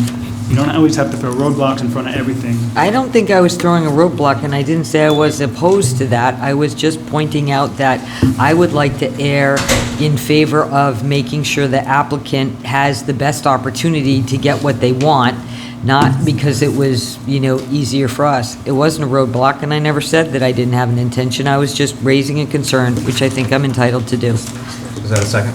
Yes, it's a second. Okay, we have a live motion on the You're going floor. to set the date for July 8th? We'll miss the window for the applicant. What's best for you? Does it matter? July 8th? First meeting We haven't done our July. quarterly planning for Q3. Okay, let's say July 8th. And is there, Might be a little tight by so I can't, July 8th, is that what you I said? can't think of, I'm most interested in your team's feedback on this and the administrators. I can't think of another board or commission that we would specifically request feedback on, but I guess you'll coordinate that if that's the case. Okay. And then just a technical question, at some point, we'll want to consider whether the supermajority, if that concept remains, is of the form of the meeting or of the full body. Any objection to proceeding to a vote? Okay, all those in favor? Okay, thank you. All right, moving right along. Mr. Director Rogers, we are requesting approval of the Rhode Island Resource Recovery Solid Waste and Recycling Services Agreement. Very long title, with attachments 1 through 9 for the 2019-2020 renewal. The solid waste diversion plan is attached. My understanding is this is another one of these we put a lot of work in. And do you want to tee it up? I'll quickly introduce it. So this occurs on a regular basis. Towns have contracts with the Rhode Island Resource Recovery Corporation that runs the landfill, and from time to time, the terms are reviewed and modified. The rates for the different disposals are adjusted, et cetera, et cetera. This has been through a fair amount of process where the towns, and in particular through their DPW directors, have had a chance to review the original draft. There have been fairly responsive actions by the resource recovery folks to address the comments that were made. And this is the third and final draft, I believe, of the contract that has been reviewed by the DPW director as well as the solicitor, and there are no concerns at this point, as I understand it. But if there are questions, then by all means, you should ask them from Mr. Rogers. If I say we're good to go, I might jinx it, so I won't say that. So anything to add, sir? Nothing to add. Is there any objection to approving as presented? Anyone from the public wish to be heard? Okay, may I have a motion, please? So moved. And a second. Second. Nancy on the second. Okay, all those in favor? 6-0. Thank you. Okay. Quick question, does that authorize someone to sign it and submit it? I say that's in here, but Okay, thank you. Jan and I always point at each other and, Thank you. All right. Mr. Administrator is looking to transfer $16,000 from the town council's contingency account to fund Labor Council. This did have discussion last week. I think we have an alternative source for the funding that allows us to preserve other funds for the, I guess, ongoing ordinance or zoning code work. I'll move $16,000 from account 1020-6890 council contingency to account 1050-7191 labor council. Okay, and a second, please. Second. And any objection to proceeding to a vote? Anyone wish to be heard? All right, all those in favor? Unanimous? Thank you. And Mr. Perry, Let's talk about Dogs. a dog park. Over to you, sir. Month and a half ago or so, a group of people got together discussing potential dog park somewhere in town. I brought it up at the last meeting, we were looking at a couple of sites in town, and then we kind of decided they weren't the ideal thing, so we're looking to see if there was something in the industrial park. I believe the chairman of the committee is Mr. Michael Gorman. David Paul is the co-chairman, and Barbara Pelletier. They've been really working at this and trying to come up with something. So without further ado, I'll just turn it over to them. If you have any questions, they can answer better than I can. Really? I think so. I don't know. If you'd rather sit, we have 15 minutes budgeted. Sit right there if you want. Whatever's. Oh, really? whatever you're Okay. comfortable. He'll sit up.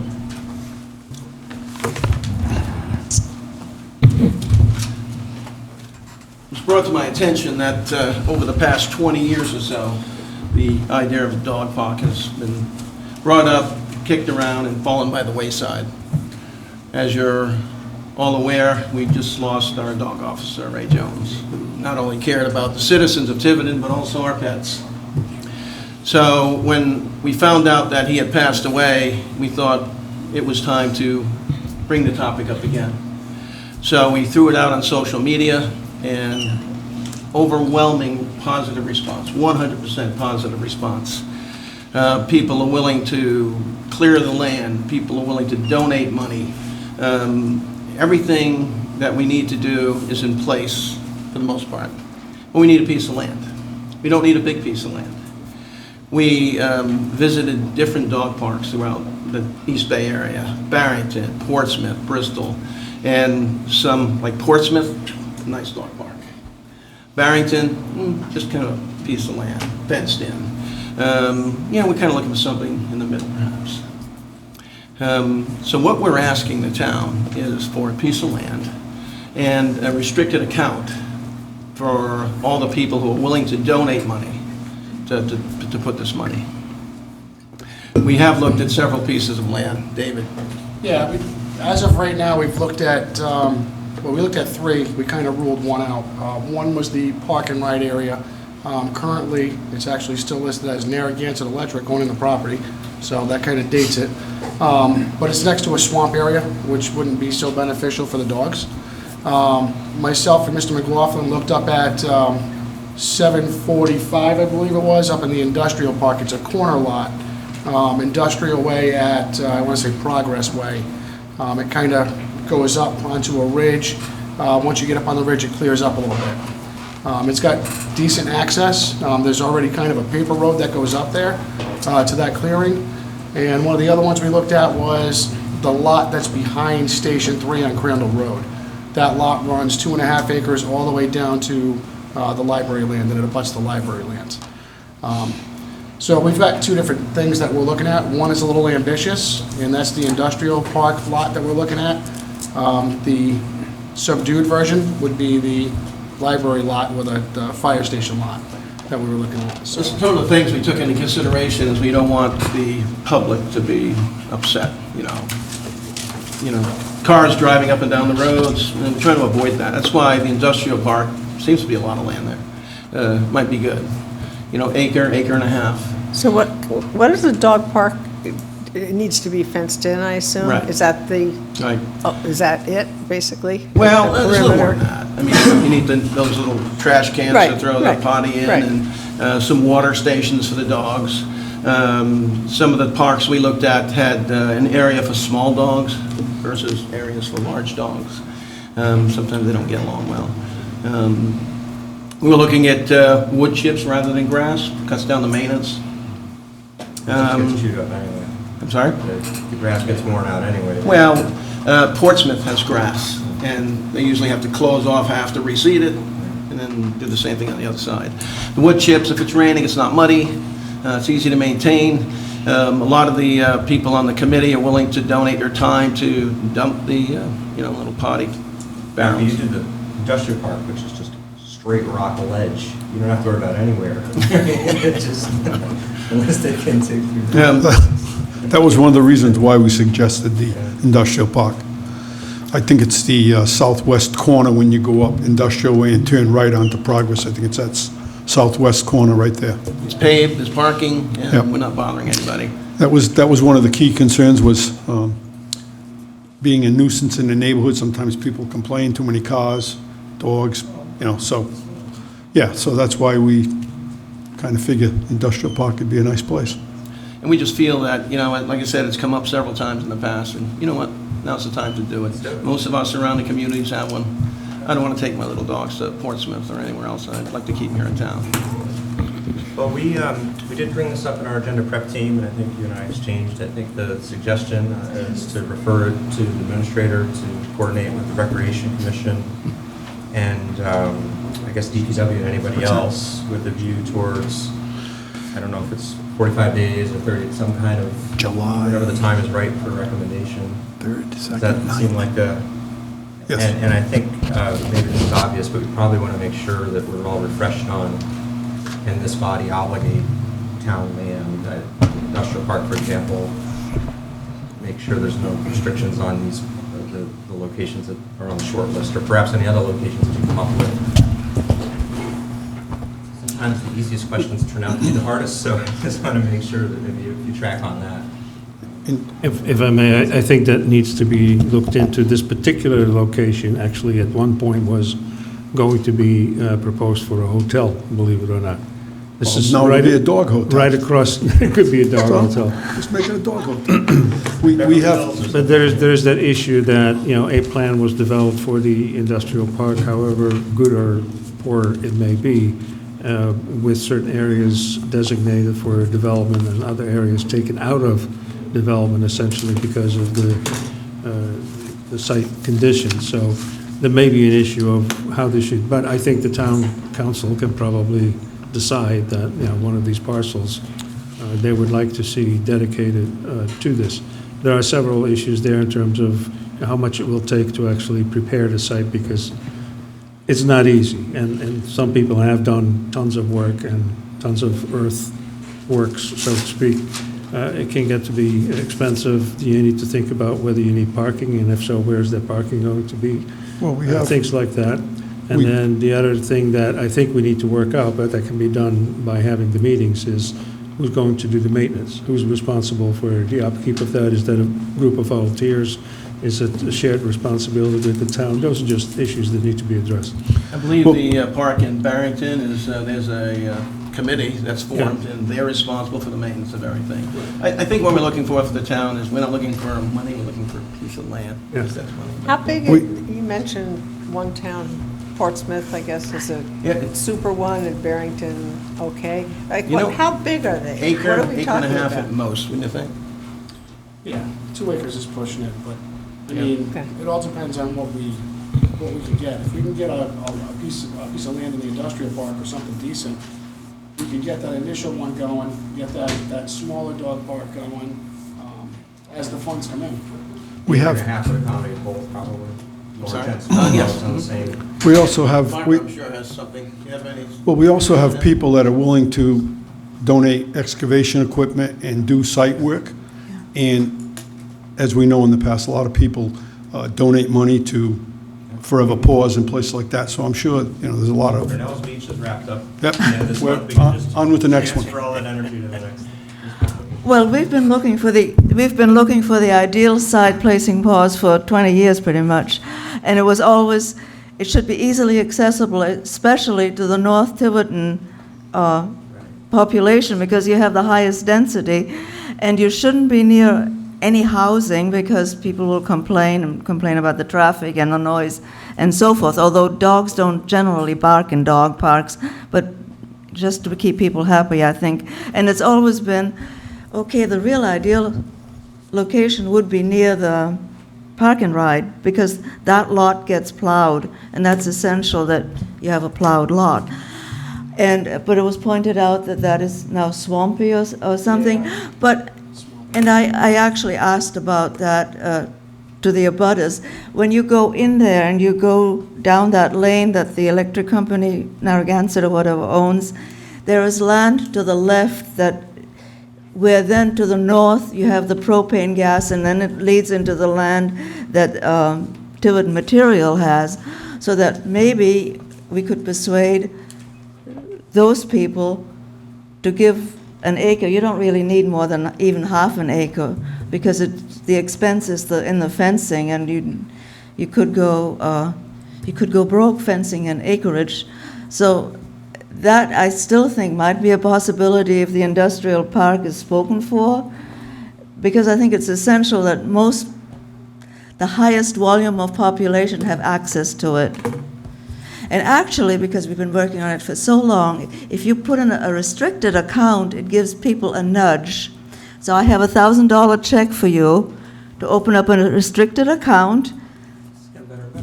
And the town manager or you? Oh, I think, no. This is for what now? It's from Placing Paws. It's a restricted account for the dog park. And there might be more money coming, but it's a start. Barbara, my dogs thank you. Well, you know what, I think it was meant to be, because Placing Paws was started because Chief Jones's father was animal control, and he was an immensely thoughtful animal control. And 20 years ago, 2 dogs were dumped on 177 that they had been done breeding, and he insisted for a month that they be adopted together because they were totally attached. And I got a call the same week my daughter was getting married in Boston. Could you possibly adopt them together because their time is running out together? So I said, yeah, in 7 days. But in the meantime, we had them spayed and I adopted them. And they were beautiful little dogs. We had them for 12 years or so.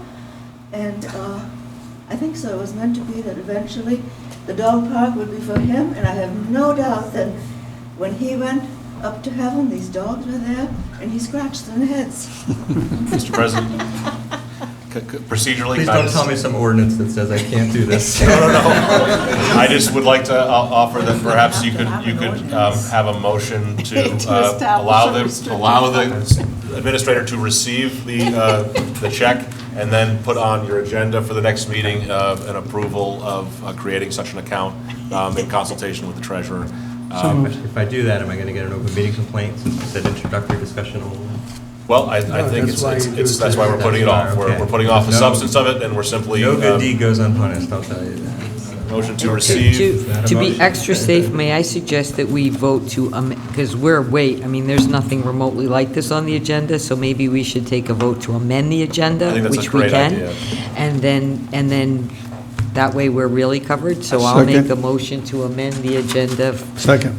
For a discussion of the dog park and acceptance of a generous donation from Barb Pelletier. We have a vote in a second. I'm okay with that, I just want to make sure, did that make our life more complicated? No. Because the amendment is only for discussion only. But you're not No, I said and taking accept any the check. action. The subsequent vote will be to receive it with an action at the next meeting. Okay, thank you. And to hold it pending that action. So what's the amendment? The amendment is, well... Amending the agenda to include discussion of the funding and the offer. And then This motion is just to amend. we need our a motion to amend the so we agenda, can correct? Make the next motion. Correct. So there's been a motion and a second. I was in favor.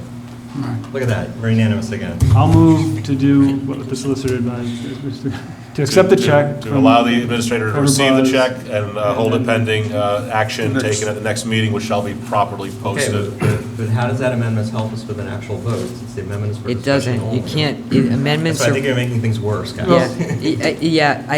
On the open, you can vote to amend the agenda, but you can't vote to take but then you can't vote to take an action. You just amended the agenda so you can discuss it. That's all you get out of the My OMA. suggestion is that you're simply asking this administrator to hold it for 1 month, which is not an action, it is simply putting it in abeyance until you can properly You know what, notice the it. next person wants to file another open meeting complaint because they took a $1,000 contribution, you can call me right up.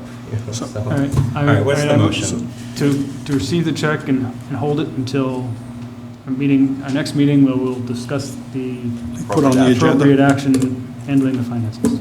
Second. All those in favor? Can I ask which, Did we ever actually do what Mr. Perry and I wanted to do, which is to refer this to the town administrator? Is that agreed by consensus, or? Agreed. I think by consensus, yes, we should refer this to the town administrator. refer what? The consideration of a potential dog park, perhaps at the industrial park or other town property. Are we done talking about it? Well, not if you don't want to be done. If you have something else. I was just wanted to, which lot was it you were looking at? 752. 752. Which one is that? Industrial at, it looks like Technology Way.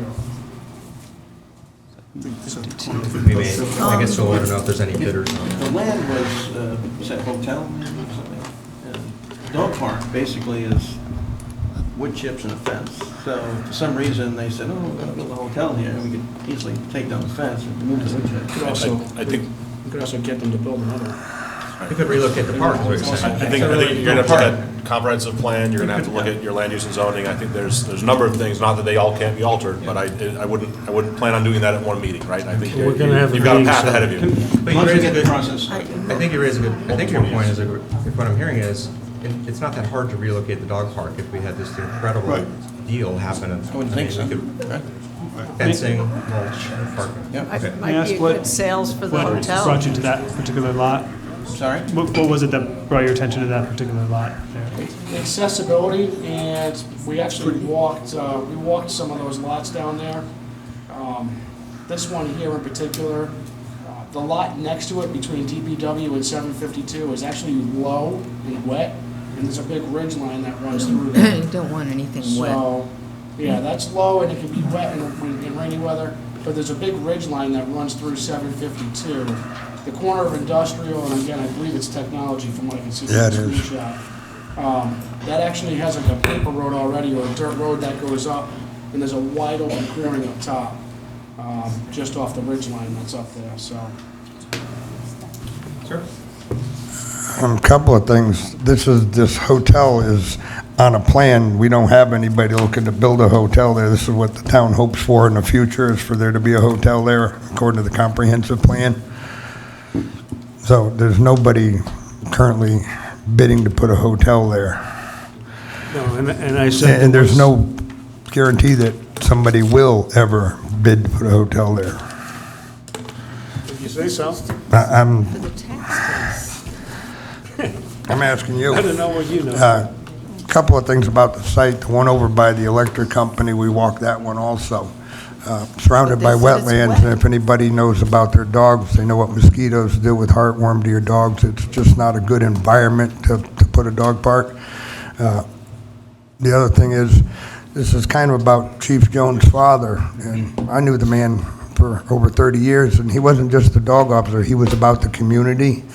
And some of the things that I talked about, David, I'm the guy that offered to give 40 hours of bulldozer and backhoe time for nothing towards the development of this. His father was about the community, and this can also be used as a recreational area at the particular piece because of the size of it. There's nowhere in town where somebody can go picnic with their family. There's no real walking trails other than on the other end of town, something that's convenient for the people on the north end. I think that area could be a win-win as far as town use and bringing the community together. It's not strictly, doesn't have to be a dog park. It can be more than that.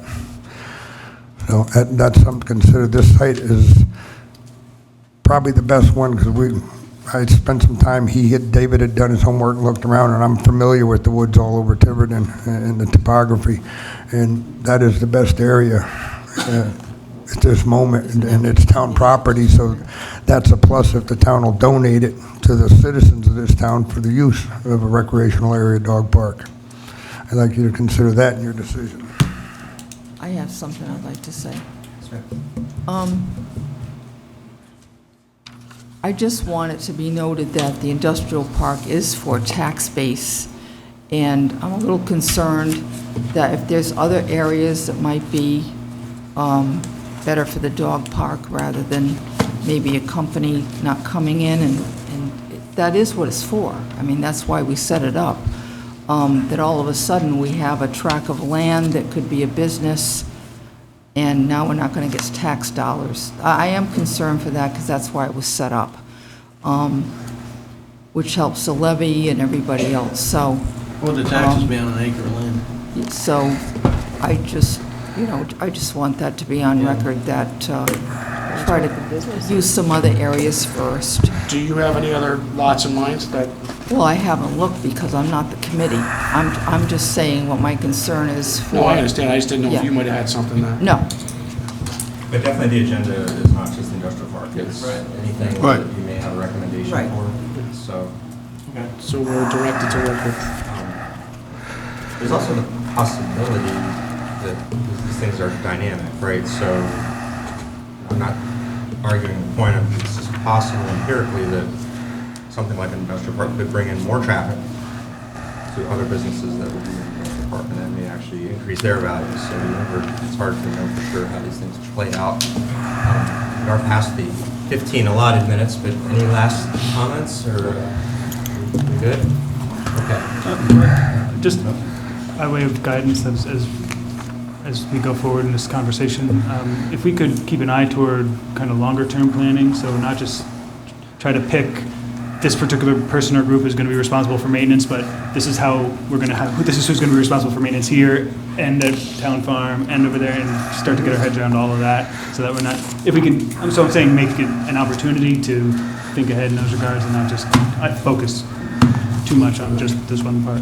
And with regard to the parcels, if we could keep some, I'd like to, whether there's somebody looking for a hotel at a particular place, let's give some real thought on the buildability of the lots and the location within the park for the marketability of those lots that might bring in a lot of revenue. And if moving it across to lot 801 and next to Longplex makes it that much better, that much easier to still sell the other spot, and at the same time not put it too deep in there, because you do want this as a kind of a feature that people will see in the truck with the industrial park. So those are my thoughts. So Ms. Cook had the concern of taxes. How about some return for the taxpayers and something that's beneficial and community-oriented? You're worried about a few tax dollars. Those lots of towns own that property for quite a while now, and they're not flying off the shelf over there. It is a poor area as far as buildability because of the rock ledges there. It could be 100 years before somebody decides to put a hotel in there because of some new technology to remove rock. But to deprive the taxpayers of something when it's town-owned property, I think that'd be pretty selfish, saying, oh, we could use a couple of dollars of taxes from there. It does have to be addressed, it does have to be brought up, and it does have to be discussed. And I'm sure there's a lot of other places to look, but that should be consideration. But you do have to consider that it is the industrial park, and it could be used to bring the levy down and bring taxes in because a business wants the property. That's all that is. You just said if somebody wanted to buy that lot. All right. Okay. This is a very good discussion. You get the last word. Very quickly, I just have to remind you, and I don't mean to put a damper on this conversation, but there is a large-scale office park on this property, and I believe I'm in favor of the dog park, yes, but I'm also concerned and agree with Councilor Katz and Councilor Cook. We have to do a large look at this all of the parcels in town before you select something. But is it a permitted use? I think you have to, I think we need to look at the office park and what's permitted in there. Thank you. I will consult my table for sure. Any last comments? You good? Oh, okay. We just want to get the Thank you. conversation started, so This that's is why it's great. out of the Thanks way. Get the for ball your rolling. follow-up. Get the ball Guys, rolling. Thank you. Thank you, guys. You just let me know when you want it back on. Okay, we're in the home stretch here. We're looking to do a couple more budget transfers again from the council contingency fund. $17,000 to fund the salary of the building official account and $5,000 to the zoning official account. Hearing no discussion. Go ahead. Hearing no discussion, I'll make a motion to transfer $17,000 from account 1020-6890 council contingency to account 1140-5101 salary building official. And may I have a second? Second. All those in favor? Great. Thank you. I have a brief update on the... Oops, I didn't do the second one. Oh, we're not done yet. And I'll make a motion to transfer $5,000 from account 1020-6890, council contingency, to account 1140-5175, zoning official part-time. Second, Mr. Carey. All those in favor? Okay, unanimous. It's like an intermission. No, I was saying that. Quick and easy. Okay, the next item is an update on the solar ordinance. The planning team has kept an eye on it. It was over 6 months ago, and I think it was our very first meeting of this term, to repeal the solar ordinance that was passed, I think, 6 months before that. If you can believe it, it's been 6 months already, and I reached out to our chair of our planning board, who's also doing double duty these days as our administrative officer. He gave us a very nice memo, and I'll just give you the quick highlights. The planning board has a three-person working group, and they have been looking at some statewide documents that have come in since February, as is the Tiverton Art Conservation Commission and the Office of our Tax Assessor. They've identified a potential need to amend our comprehensive plan to align. They've gone through a couple workshops, and they themselves, that work group of the planning board, has taken a look at least 6 other communities. So they're making progress. It's a, I don't know if it's a big project, but it's certainly one that's required grappling with, and they are, could use a little more time and maybe some more eyes on it from our, so did you want to add anything to that? I was just only going to say that, and I know they're very busy, but I don't think that we should deal with this today, but I don't think we should wait forever, because I remember that hearing where it was a very difficult hearing, and we all agreed there needed to be some kind of resolution. And I think I had asked if we could do it in, but 2 months, and I think I was laughed out of the room, but it would take longer than 2 months, I agree. It should probably take longer than 6 months, but maybe we could try to come with some consensus on when we want to solve this problem, especially since we also have some interesting proposals for us to look at that involve tax credits. Those might expire at the end of the year. So anything to add? Mr. President, I would just mention that I did, one of the first meetings I attended, this was certainly a topic, and with the ongoing applications of the planning board, it's come up a number of times. I did receive from Ms. Gill the model state ordinance and when it came out, and I have reviewed that. I actually had a great conversation with one of the folks that helped draft that last Friday, and really tried to drill down on what I think may be the one gap in the model ordinance that Tiverton, I sense, would like to address, and that is, are you trading off clear cutting of trees in order to get an environmental benefit of solar panels? And if you're giving these developers some benefit, how do you balance that? And I know the administrator, as well as other folks on the planning board, have raised that issue. And I asked directly what, the state ordinance doesn't seem to give you a solution for that. It doesn't seem to give you a way to sort of do a balancing test. But that being said, I think it's got some very strong language and certainly improved over a lot of trial and error. And I think, if there's anything I can do at this point, and I'll talk to Ms. Gill again, but I think getting a draft ordinance on the table might be as good a starting point as any, and I think that one gap is what I would probably need some more guidance on.